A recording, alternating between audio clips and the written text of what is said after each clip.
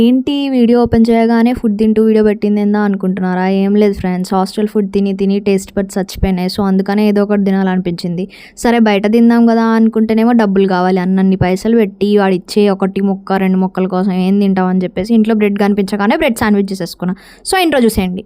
ఈ వేషాలకి ఏం తక్కువ లేవు కానీ చూడండి బ్రెడ్ నెట్లు ఇసిరేసాను. కొంచెం ఉంటే నా మూతి పళ్ళు రాలిపోయాయి. సో ప్రాసెస్ స్టార్ట్ చేద్దామా?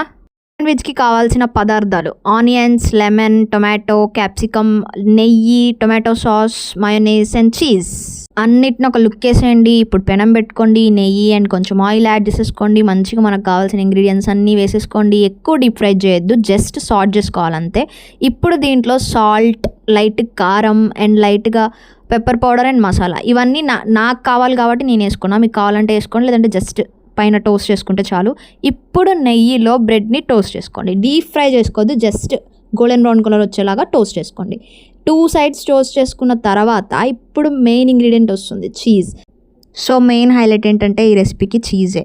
చీజ్ లేకపోతే దాని టేస్ట్ అంతా ఇప్పుడు మనం ఇందాక రెడీ చేసిన స్టఫ్ అంతా దీనిపైన వేసుకొని ఆ sauce tomato ketchup and mayonnaise add చేసేసుకొని దాన్ని మంచిగా ఇంకొక బ్రెడ్ తోటి పైన ఫోల్డ్ చేసిన తర్వాత మనం గార్నిష్ చేసుకొని తీసుకొని తింటే వాటర్ వస్తుంది గైస్. వాటర్ కాదు, సలైవా, ఏదో ఒకటి. సలైవా అని తెలియలేదు అంటారు, దాన్ని కామెంట్ చేయండి. And comment down and let me know ఇలాంటి ఇంకా వీడియోస్ కావాలంటే. Do follow for such videos and content. Bye guys.